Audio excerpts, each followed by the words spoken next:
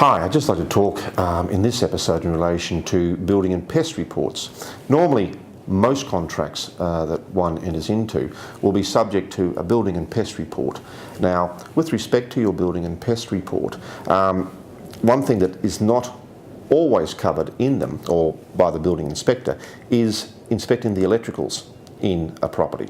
So, and you won't often be told that until after the report's been done, and there'll be a small disclaimer by the inspector in his report saying that we did not cover, or this report does not cover, anything to do with the electricals.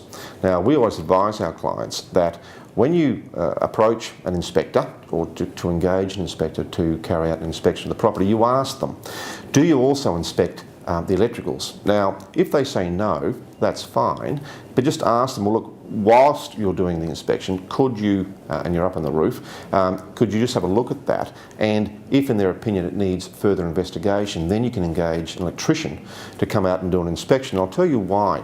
We've had about 4 cases over the last 2.5 years. The most recent one was of a client who bought a property in Redlands for quite a lot of money. They didn't take our advice with respect to getting the electrician to do an inspection. The building inspector didn't cover that as part of his brief, and within 3 months it cost them $15,000 to get the electricals done because all the wiring was had it. And so a major expense 3 months after moving into a property.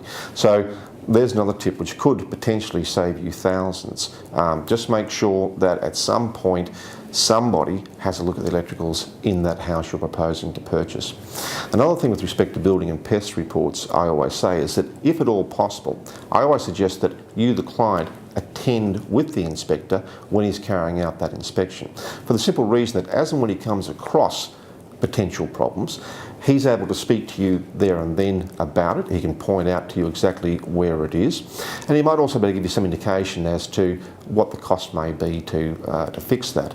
Quite often we'll have clients who are scared witless when they get a building report because they didn't attend the inspection, and of course the inspector's job is to point out each and every fault that he comes across, and that can be quite daunting when you receive the report and all of a sudden you see there's 58 items listed there as potential problems and you think, my God, the place is going to fall down. But if you actually take the time to work through each of those items, a lot of them can, in most circumstances, be of a minor nature. Whereas if you're there with the inspector and he can point those things out to you, point them out he must to you, but then he can also explain to you, how severe they are, or whether they're structural problems or cosmetic problems, and you can work your way through that report with him. So that's another piece of advice that I think is important for people when they are purchasing their property and going through that phase of a building and pest report. So I hope that's been of help. Thank you.